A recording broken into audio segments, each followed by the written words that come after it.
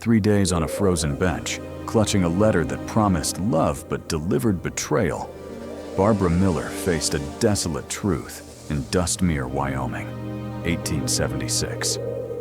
A schoolteacher from the East, she arrived seeking a husband who never existed, stranded in a windswept frontier town where hope seemed as fleeting as the dust.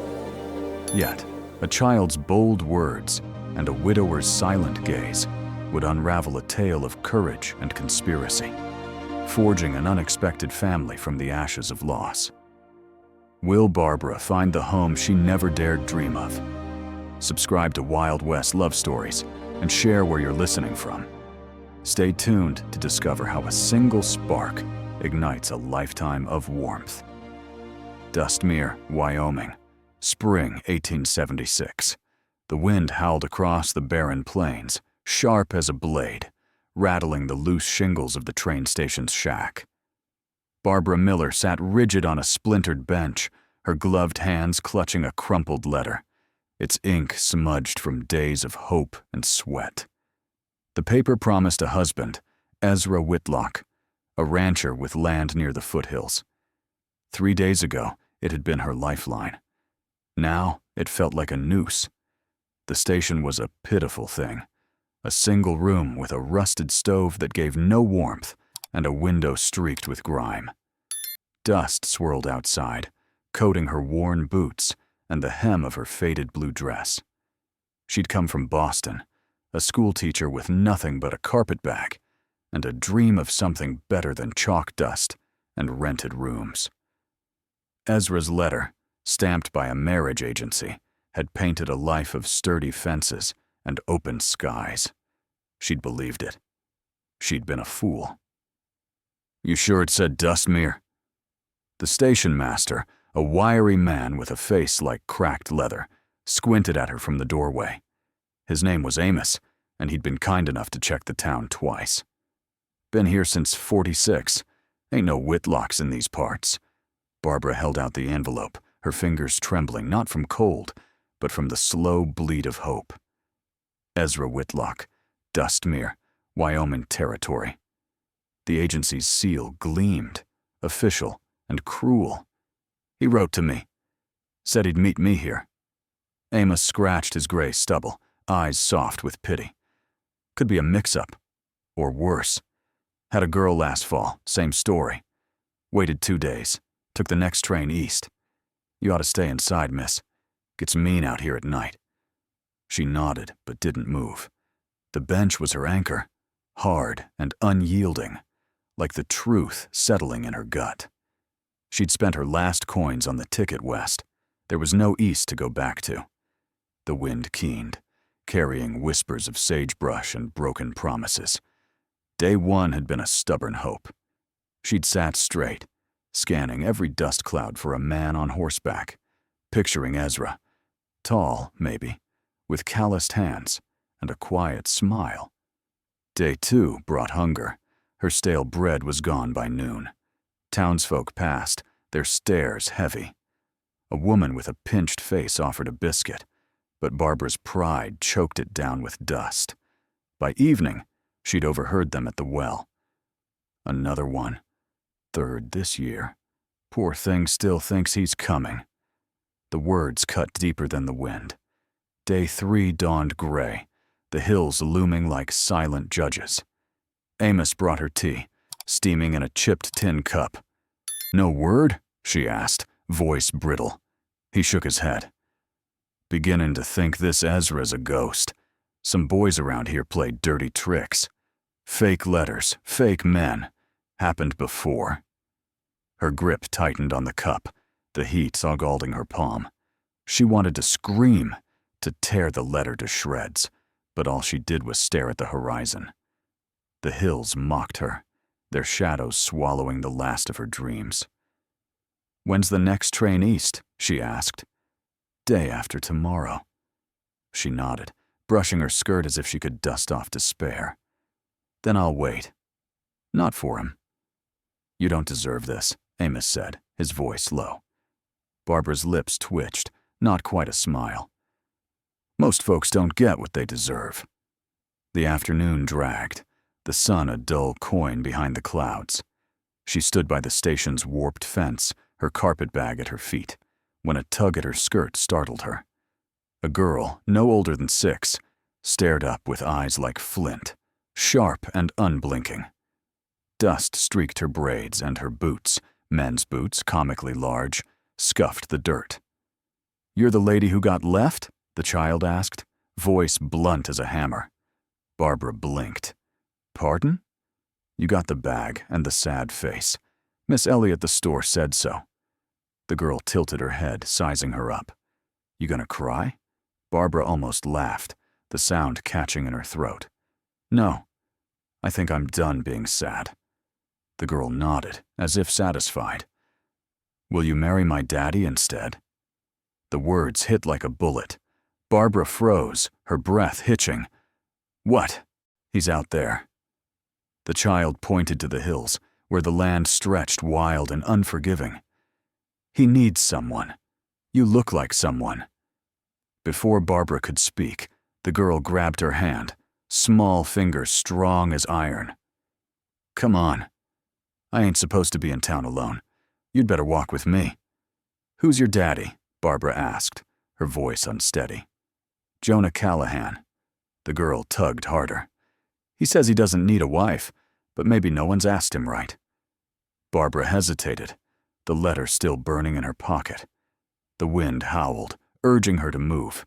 She picked up her bag and followed, stepping into the unknown, led by a child who wore boots, too big, and carried a courage Barbara had lost somewhere on that bench. Barbara hesitated, the letter still burning in her pocket. The wind howled, urging her to move. She picked up her bag and followed, stepping into the unknown, led by a child who wore boots too big and carried a courage Barbara had lost somewhere on that bench. The trail to Jonah Callahan's ranch stretched like a scar across the Wyoming plains, dust rising with each step under the girl's oversized boots. Lydia marched ahead, her small frame cutting through sagebrush, her braids swinging like pendulums. Barbara trailed, her carpetbag thumping against her hip, the weight of 3 days' disappointment dragging heavier than the load. The hills loomed, their shadows clawing at the fading light, and Dustmere's whispers faded behind them. The child's words, "Will you marry my daddy instead?" rattled in Barbara's mind, sharp as a spur, absurd yet unyielding. Lydia didn't look back, her voice piping up over the wind. "Pa's ranch ain't far. Got horses, chickens, and a goat that chews everything. Have you ever milked a goat?" Barbara's lips twitched, caught off guard. "No. I taught sums and letters in Boston.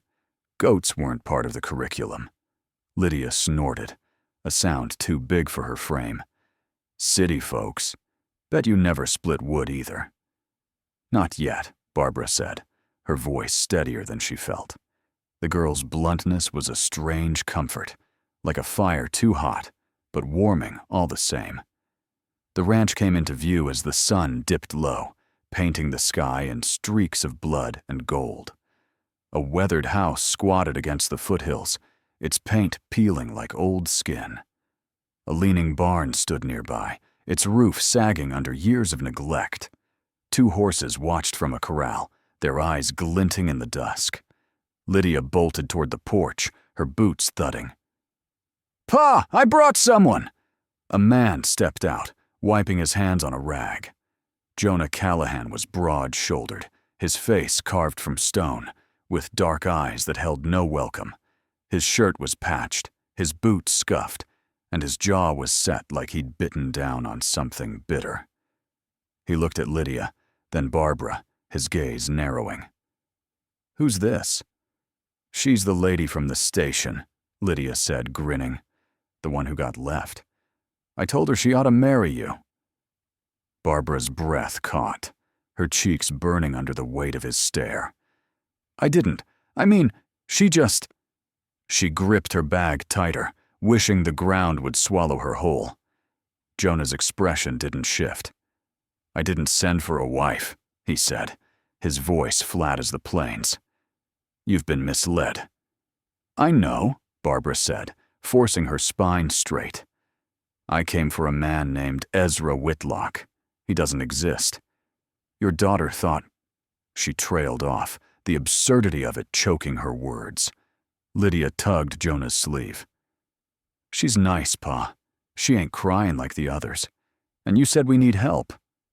Jonah's eyes flicked to Lydia, softening for a fraction of a second, before hardening again. We don't need charity.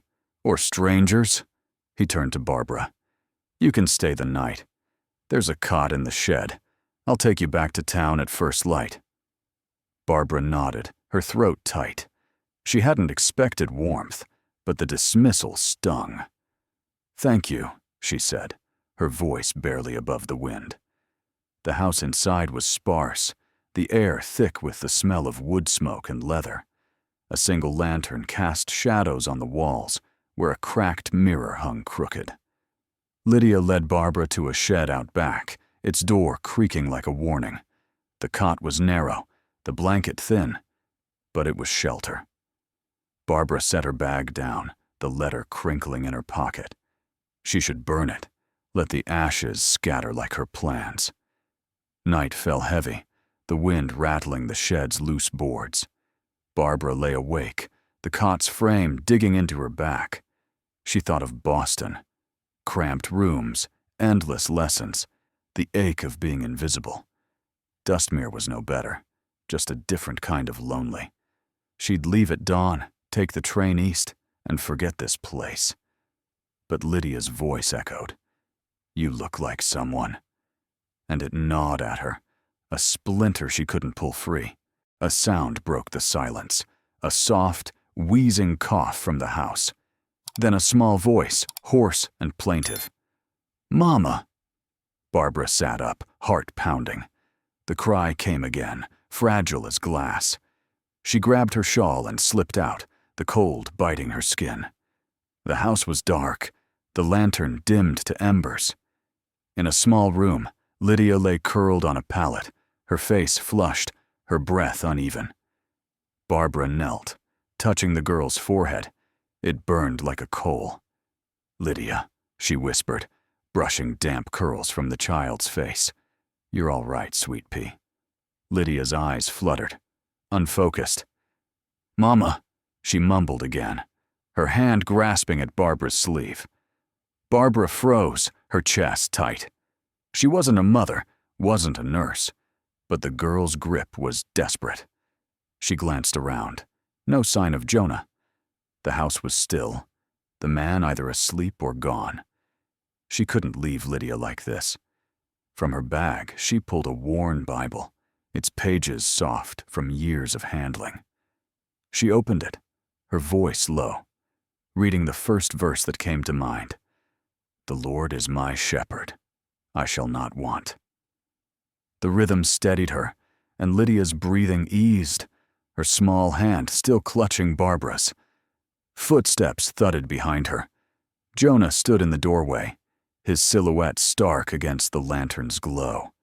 His eyes moved from Lydia to Barbara, lingering on the Bible, the way his daughter clung to this stranger.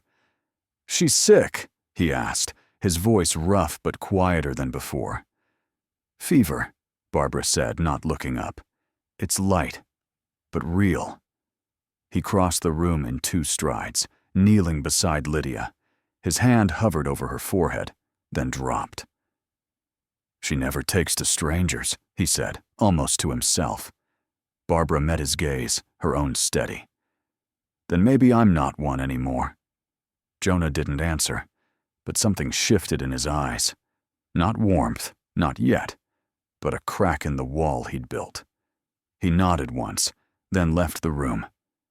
Barbara stayed, reading until Lydia slept, the words a tether in the dark. Dawn was hours away, and with it, a choice she hadn't expected to face.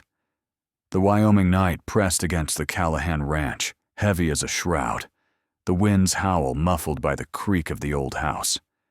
Barbara sat by Lydia's pallet, the Bible still open in her lap, its pages catching the flicker of a dying lantern. The girl's fever hadn't broken, but her breathing had steadied, each small exhale a fragile victory. Barbara's own eyes burned with exhaustion, yet she couldn't leave.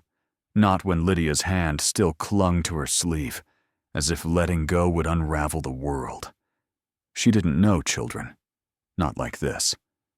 In Boston, her students were neat rows of faces, their troubles left at the schoolhouse door. But Lydia was different. Raw, unguarded, a spark of life in a house that felt like a tomb. Barbara's fingers brushed the girl's damp curls, her touch hesitant but firm. She whispered another verse, more for herself than the child. Yea, though I walk through the valley of the shadow. The words anchored her, a rhythm against the chaos of her thoughts. The house was too quiet. Jonah hadn't returned since he'd stood in the doorway, his silhouette a wall of silence. Barbara wondered where he'd gone. Out to the barn, maybe. Or farther, into the night where grief could breathe without witnesses. She didn't know his story, only the weight of it, carved into the lines of his face.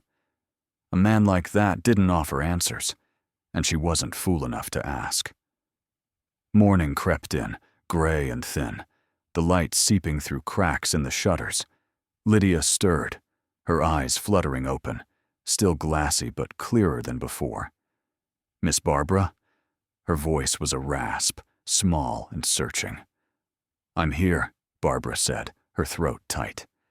She dipped a cloth in a basin of water, cool from the night, and pressed it to the girl's forehead. You're gonna be fine, sweet pea.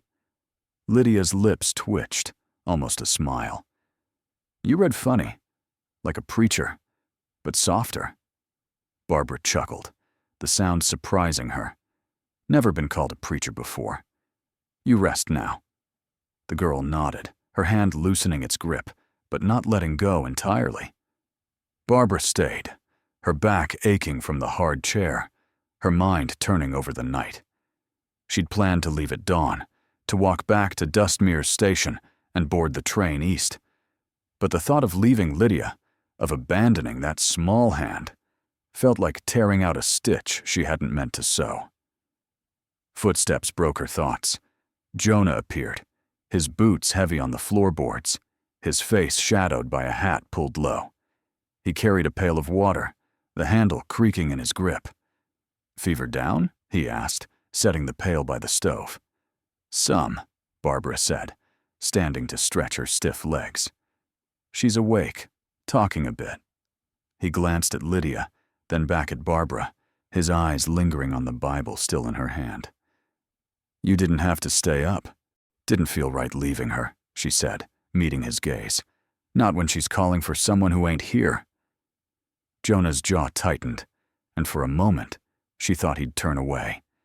Instead, he crossed to the pallet, kneeling to check Lydia's forehead himself. His hand, rough and calloused, moved with a gentleness that didn't match the man she'd met yesterday. She's cooler, he said, almost to himself. Good. Barbara watched him, seeing the father beneath the armor. She called for her mama, she said quietly.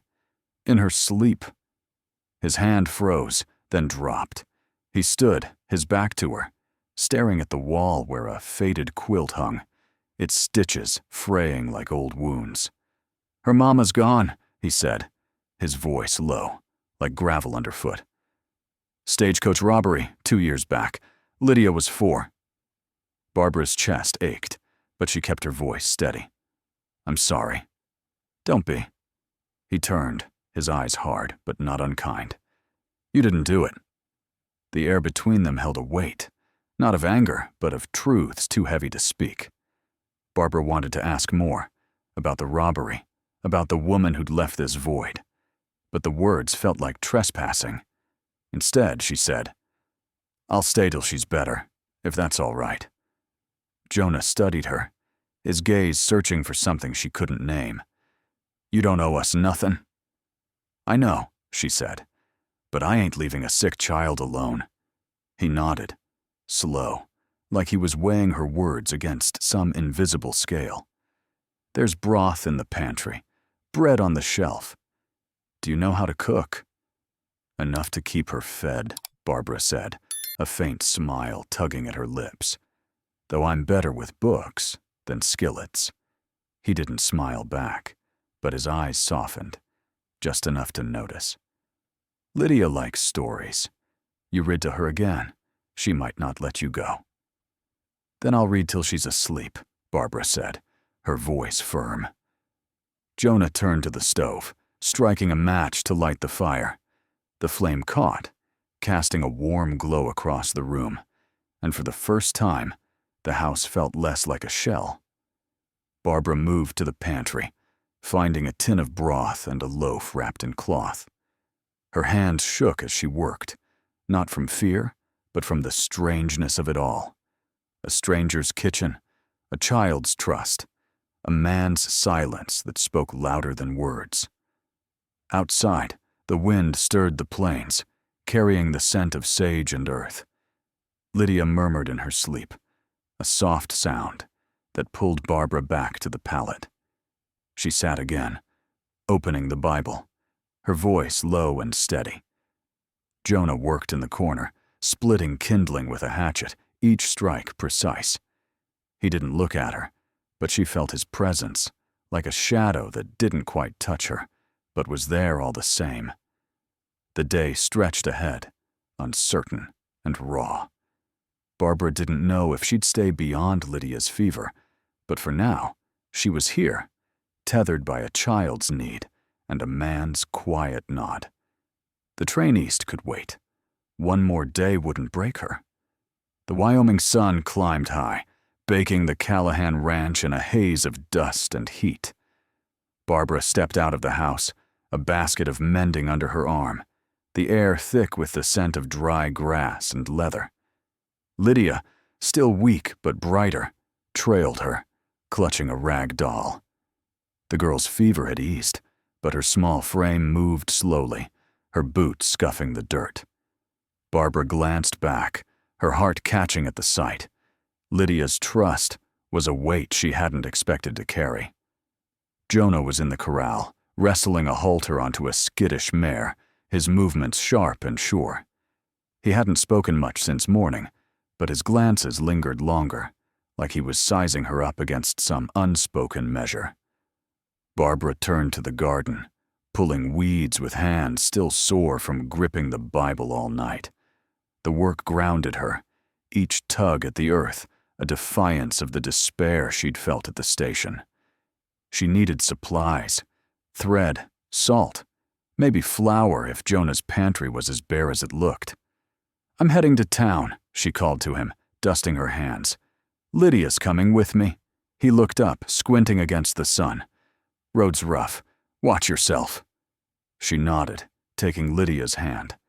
The walk to Dustmere was long, the trail winding through sagebrush and broken fences. Lydia chattered about the ranch's goat, her voice a bright thread in the silence. Barbara listened, but her mind churned. Jonah's words about the stagecoach robbery echoed, heavy as lead. Something about Dustmere felt wrong, like a shadow cast by no visible sun. The town's main street was a stretch of warped boards and faded signs, the general store its beating heart. Inside, the air smelled of tobacco and molasses. The clerk, a thin man with a mustache like broom straw, eyed Barbara as she set her basket on the counter. "Heard you're staying with Callahan," he said, his voice low. "Third gal this year. Others didn't last." Barbara's spine stiffened.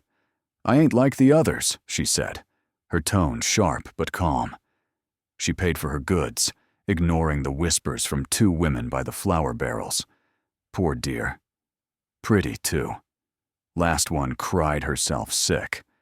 The words pricked, but she kept her face steady, tying a sack of salt to her basket. Outside, Lydia tugged her toward the well, where a crowd of townsfolk lingered, their eyes darting like buzzards. Barbara filled a canteen, her hand steady despite the stares. Then, a shadow fell across her. Two men, rough-bearded and reeking of whiskey, blocked her path. The taller one, his hat tipped low, leaned in close. You're the new bride? Best leave Dustmere, lady, for you regret it. Her pulse quickened, but she held her ground, pulling Lydia behind her. I don't scare easily, she said, her voice low, like a blade drawn slowly. The second man smirked, his teeth yellow as old bone. Callahan's trouble, always has been. You stay, you'll end up like his wife. Or them other girls. Before Barbara could answer, a shout cut through the air. Jonah strode up, his rifle slung across his back, his eyes dark as a storm. Step off, he growled, and the men backed away, muttering. He turned to Barbara, his jaw tight. You all right?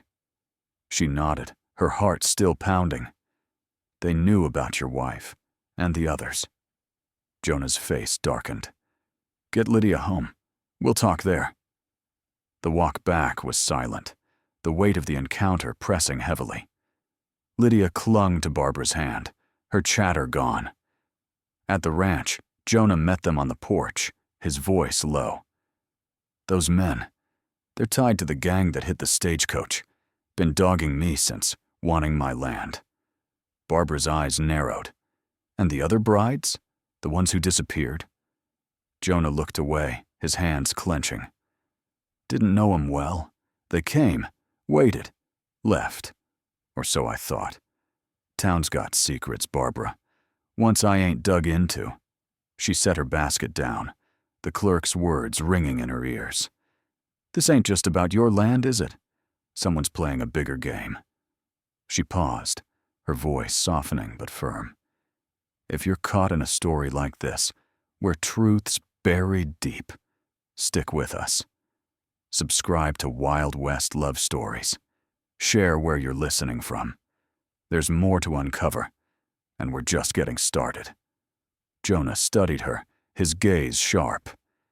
You don't have to stay in this mess. I'm already in it, she said, meeting his eyes. And I don't run from trouble. He nodded, slow, like a man who'd forgotten what trust looked like. Then watch your back. Those men don't make empty threats.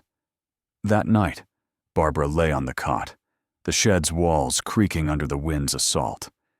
Lydia slept inside, her breathing steady now. But the town's whispers, the men's threats, and Jonah's half-spoken truths churned in Barbara's mind.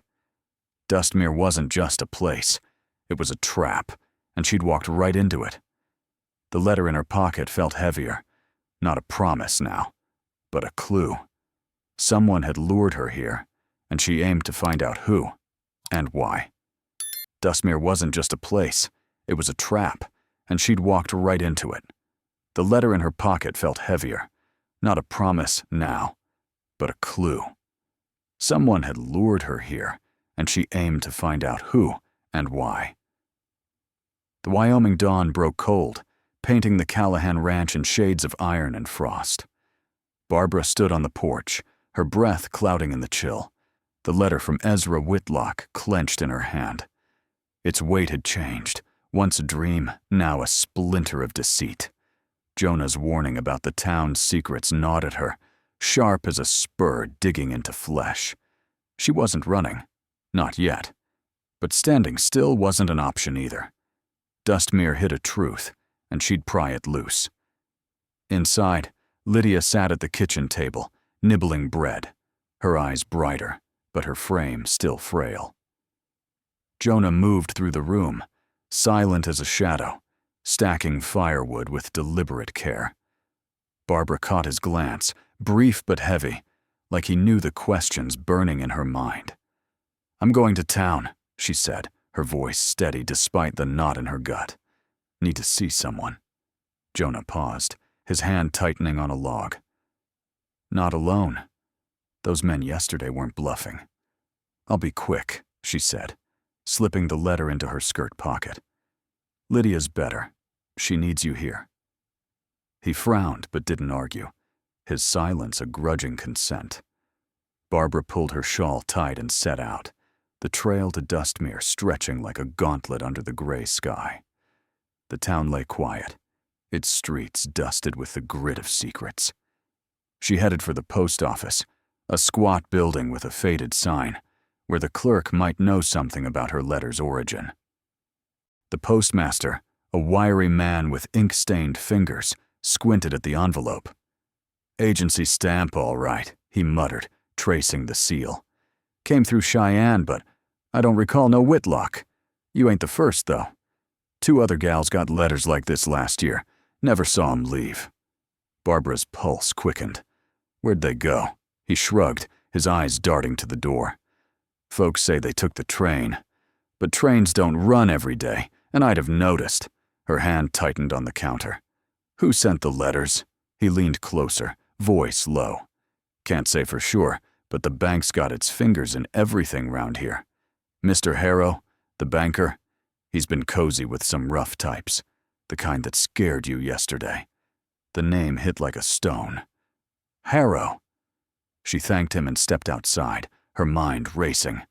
The bank stood across the street, its windows dark, its door solid as a vault. She didn't dare go in, not yet. Instead, she turned down an alley, following a hunch toward the livery stable, where whispers might linger among the hay and shadows. There, behind a stack of crates, she found her. A woman, gaunt and hollow-eyed, crouched in the straw, her dress torn at the hem. "You're one of 'em, ain't you?" the woman rasped, her voice brittle. "The brides." Barbara knelt, her heart pounding. "Who are you?" "Clara," she whispered. "Came last spring. Thought I was marrying a rancher. It was a lie. Harrow's men. They use the letters to lure women here. Cause trouble for folks like Callahan. Make 'em sell cheap. I didn't leave. They kept me till I ran." Barbara's breath caught. "Kept you where?" "Old mine, out past the ridge. They're still there, Harrow's gang, planning something big." Clara's eyes darted, wild with fear. "You gotta get out. They know you're with Jonah." "I'm not running," Barbara said, her voice hard as flint. "Not till I know everything." Clara grabbed her arm, nails digging in. "Harrow wants Jonah's land. It's close to the rail line. Worth a fortune. The other bride. She didn't make it. I heard her scream one night, then nothing." The words sank like lead. Barbara stood, her hands trembling, but her resolve iron. "Stay hidden. I'll come back for you." She returned to the ranch under a sky bruised with clouds, her mind a storm of questions. Jonah met her at the gate, Lydia at his side. "Find what you were looking for?" he asked, his voice low. "More than I wanted," Barbara said, pulling him aside. She told him everything. Clara, the bank, the mine. His face darkened with each word, his fists clenching like he could crush the truth itself. "Harrow," he spat. "He's been after my land since the robbery. Figures if he breaks me, I'll sell." Barbara met his eyes, her own steady. "He's not just breaking you. He's killing to do it." Jonah's gaze held hers, raw and searching. "You don't have to fight this. It ain't your war." "It is now," she said, her voice unwavering. "I came here for a lie, but I'm staying for the truth." He nodded, slow, like a man seeing her for the first time. "Then we need a plan. Harrow's men don't play fair." That night, Barbara sat by the fire, Lydia asleep in the next room. The letter lay on the table, its ink a map of betrayal. She wasn't the schoolteacher waiting at the station anymore. She was a woman with a purpose, and Dustmere's secrets were about to meet their match. She wasn't the schoolteacher waiting at the station anymore. She was a woman with a purpose, and Dustmere's secrets were about to meet their match. The Wyoming night roared in, black as pitch, the sky torn open by a storm that shook the earth. Rain lashed the Callahan ranch, the wind screaming through the pines like a banshee. Barbara sat by the fire, her hand steady as she cleaned a rifle Jonah had thrust into her grip an hour ago. "You ever shot one?" he'd asked, his voice clipped. She'd shaken her head, her throat dry. "Learn fast," he'd said, and showed her how to load and aim. Now, the weight of the gun felt like a vow she hadn't meant to make. Jonah stood by the door, his hat dripping, his eyes scanning the dark beyond the shutters. Lydia slept upstairs, her breathing soft but unsteady. The fever gone, but her strength not yet returned. Barbara's heart clenched at the thought of her, but there was no time for softness. Clara's warning echoed. Harrow's men were coming, and they weren't coming to talk. A thud outside snapped her head up. Jonah signaled, silent, his hand on his revolver. "Stay low," he whispered, cracking the door. The rain-soaked night revealed nothing, but the air carried a wrongness, like the stillness before a rattler strikes.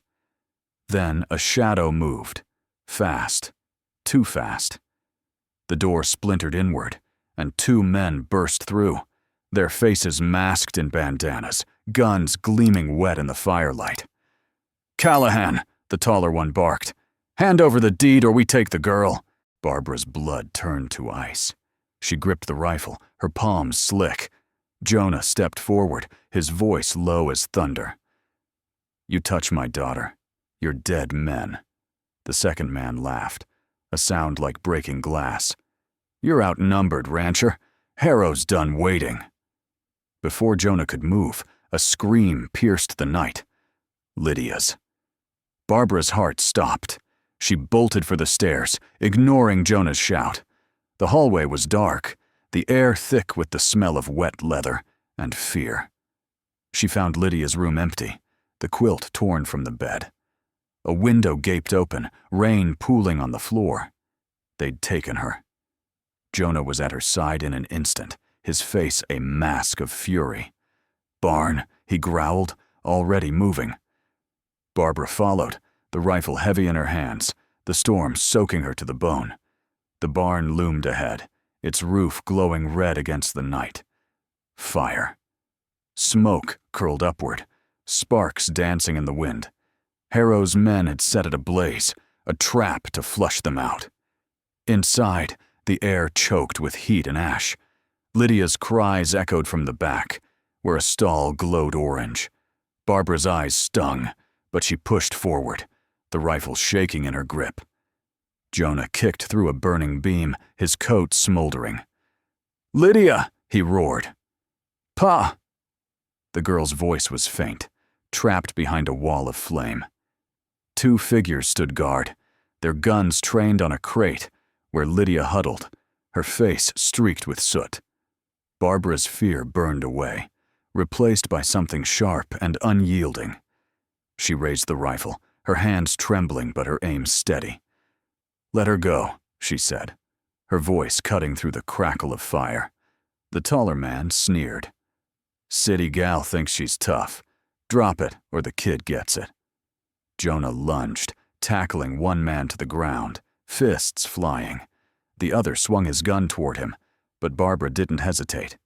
Her finger squeezed the trigger, the recoil slamming her shoulder. The shot went wide, splintering a beam, but it was enough. The man flinched, and Jonah wrestled the gun from his grip, knocking him cold. "Get Lydia!" Jonah shouted, grappling with the second man. Barbara dropped the rifle, scrambling through the smoke. Flames licked the walls, the heat searing her skin. She reached the crate, pulling Lydia into her arms. The girl clung to her, sobbing, her small body shaking. "I've got you," Barbara whispered, her voice hoarse but firm. The barn groaned, a rafter cracking overhead. Jonah shoved the second man down, grabbing Barbara's arm. "Out. Now." They ran, Lydia clutched tight as the roof buckled behind them. Outside, the storm raged, rain hissing against the fire. Two figures emerged from the dark. Harrow's men, but not alone. A trapper, grizzled and lean, and a native woman with a bow drawn taut, stood at Jonah's side. "Heard the shots," the trapper said, his voice rough. "Figured you needed us." The fight was quick and brutal. The trapper's knife flashed, the woman's arrow flew true, and Harrow's men fell into the mud. Barbara held Lydia close, shielding her from the chaos. The barn burned, its light fading as the rain won out. Jonah knelt beside them, his hand on Lydia's head, his eyes meeting Barbara's. "You shot at him," he said, almost disbelieving. "Missed," she said, her voice shaking but steady. "But I'd do it again." He nodded, a flicker of respect in his eyes. The night was far from over, but they were alive, and Lydia was safe. The truth was out, and Harrow's game was unraveling. Barbara's hands still shook, but they held something new, a strength forged in fire, ready for whatever came next. The night was far from over, but they were alive, and Lydia was safe. The truth was out, and Harrow's game was unraveling. Barbara's hands still shook, but they held something new, a strength forged in fire, ready for whatever came next. The Wyoming dawn crept over the Callahan Ranch, painting the smoldering ruins of the barn in hues of ash and gold. Barbara stood in the yard, her dress streaked with soot, Lydia asleep in her arms. The girl's small chest rose and fell, her face peaceful despite the chaos of the night. Rain had doused the fire, leaving a skeleton of charred beams and the acrid sting of smoke. Jonah paced nearby, his boots sinking into the mud, his eyes scanning the horizon for any sign of Harrow's men returning. The trapper and the native woman had vanished into the storm's tail, their debt to Jonah paid in blood and silence.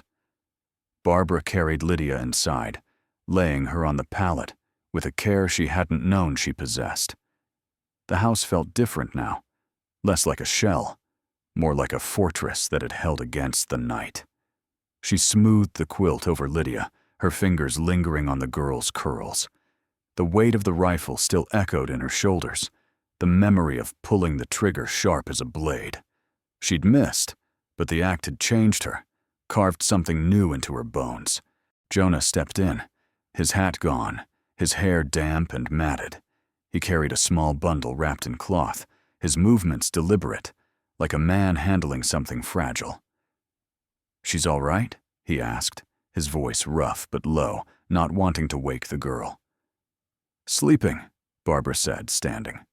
"She's tougher than she looks."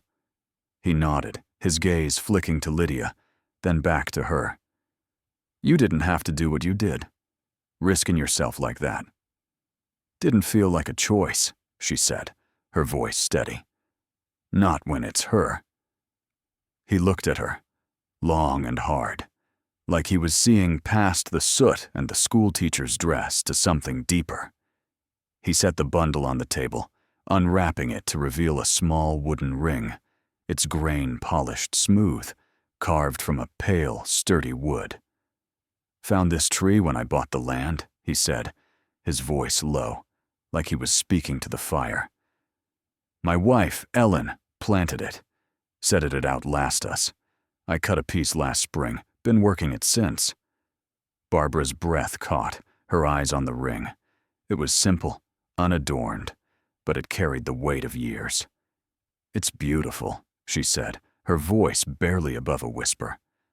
"It's yours," he said, meeting her eyes. "If you'll have it." "I ain't got promises, Barbara. No grand words or easy days. Just me and Lydia. And a reason to ask you to stay." Her heart stuttered, the words sinking like stones in a still pond. She looked at Lydia, then back at Jonah, his face raw, unguarded for the first time. The man who'd met her with a wall of silence now stood offering something he'd carved with his own hands, something that carried his past and his hope. She reached out, her fingers brushing the ring, its warmth surprising against her skin. "I came here for a lie," she said, her voice steady but thick. "Thought I'd find a husband, a home. Found you two instead. That's more than I expected." Jonah's lips twitched, not quite a smile. "Lydia, don't let go easily." "Neither do I, turns out." She took the ring, sliding it onto her finger. It fit. Not perfect, but right, like it had been waiting for her. Lydia stirred, her eyes fluttering open. "Miss Barbara?" she mumbled, sitting up, her gaze landing on the ring. Her face lit up, a grin breaking through the soot. "You're staying?" Barbara knelt, pulling the girl into her arms. "Yeah, sweet pea, I'm staying." Lydia hugged her tight, her small arms fierce. "You're my ma now," she said, her voice muffled but certain. Barbara's eyes stung, but she didn't blink the tears away. She let them fall, her hand resting on Lydia's back, the ring a quiet weight on her finger. Jonah stood by the table, his hands still, his eyes on them both. He didn't speak, but the air between them hummed with something new. Not love, not yet, but a promise of something solid, something built to last. Outside, the plain stretched wide, the storm's wreckage settling into the earth. The barn was gone, but the house stood, its walls holding the first threads of a family. Barbara rose, Lydia's hand in hers, and met Jonah's gaze. "Harrow's still out there," she said, her voice low. "This ain't over." "No," Jonah said, his jaw tight. "But we're ready." The day ahead loomed, sharp and uncertain. But for the first time, Barbara didn't feel alone in it. The ring on her finger, the child at her side, and the man who'd carved a place for her. They were enough to face whatever Dustmere threw next. Spring 1877 unfurled over the Callahan Ranch, the Wyoming plains softening under a tentative bloom of wildflowers. The barn's charred bones had been cleared, replaced by a new frame rising against the hills, its timbers fresh cut and smelling of pine. Barbara moved through the kitchen, flipping cornbread in a skillet, the air warm with the scent of baked dough and wood smoke. Lydia sat at the table, scratching charcoal sketches of horses on a scrap of paper, her laughter a bright thread weaving through the house. Jonah stepped in from the yard, his arms full of kindling, his boots leaving faint tracks of earth. He paused, brushing a kiss against Barbara's cheek, a gesture so natural now, it felt like the land itself had willed it. A year had passed since the fire, since Harrow's men fell in the mud, and the banker fled Dustmere, his schemes exposed by Clara's testimony and Jonah's iron will.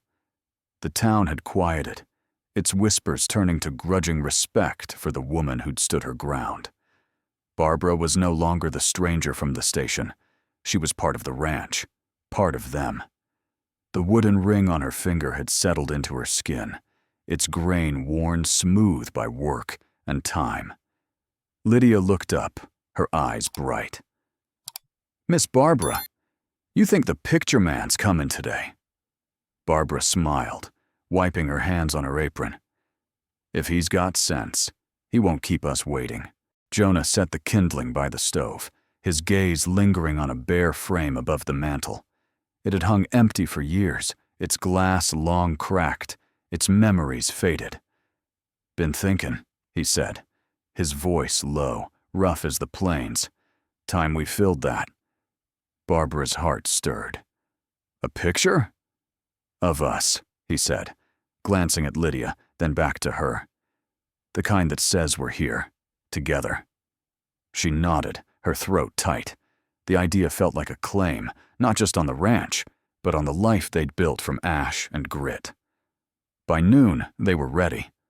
Barbara wore her blue dress, its hem mended but proud, the color mirroring the Wyoming sky. Lydia's hair was tamed with ribbons, though a smudge of charcoal lingered on her nose, defiant and unyielding. Jonah's shirt was crisp, his trousers tucked awkwardly, his face clean-shaven, but etched with the weight of years. The photographer, a wiry man with a cart rattling behind his mule, set up in the yard. His camera was a hulking thing, its lens glinting like an unblinking eye. "Stand close," he said, adjusting the tripod. "Hold still." Jonah stood tall, his hand on Barbara's shoulder, steady as the hills. Lydia perched between them, her small arm looped around Barbara's waist, her grin wide enough to rival the sun. Barbara's fingers brushed the ring, its warmth a quiet anchor. The photographer counted, his voice sharp against the breeze. 1, 2, 3. The shutter clicked, freezing them in time. A family forged not by blood, but by choice. That evening, Barbara sat by the fire, the house quiet save for the crackle of logs. Lydia slept upstairs, her sketches scattered across the table. Jonah joined her, carrying a small wooden box, its hinges rusted but familiar. He set it down, opening it to reveal a stack of letters, their edges yellowed, their ink faded. "Ellen's," he said, his voice soft. "Wrote 'em after she was gone. Never sent 'em." Barbara's breath caught. She'd seen the box before, glimpsed its weight in Jonah's eyes. "You kept them." "Couldn't burn 'em," he said, his fingers tracing the lid. "But maybe it's time to add something new." She nodded, pulling a fresh sheet of paper from her bag. She dipped a pen in ink, her hand steady despite the ache in her chest.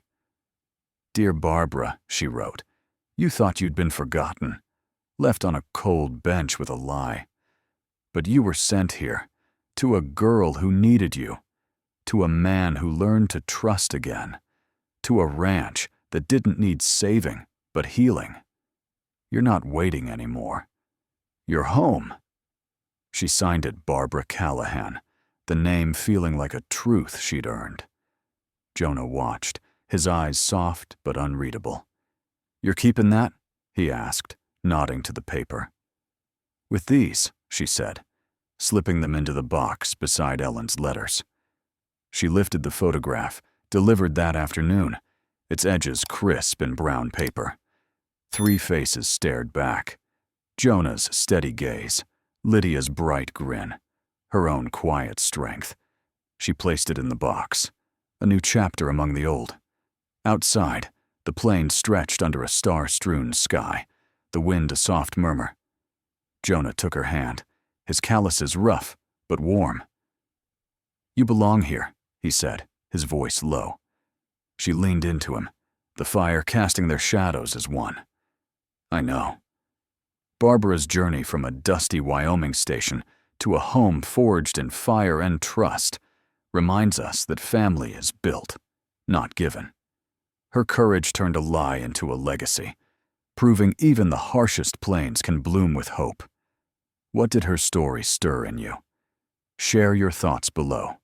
Where are you listening from, and what moved you most? Your voices keep these tales alive.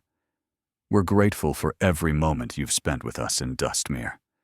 Join us next time for another story of grit and heart, where the West's wild spirit meets the strength to stay. Until then, keep the fire burning.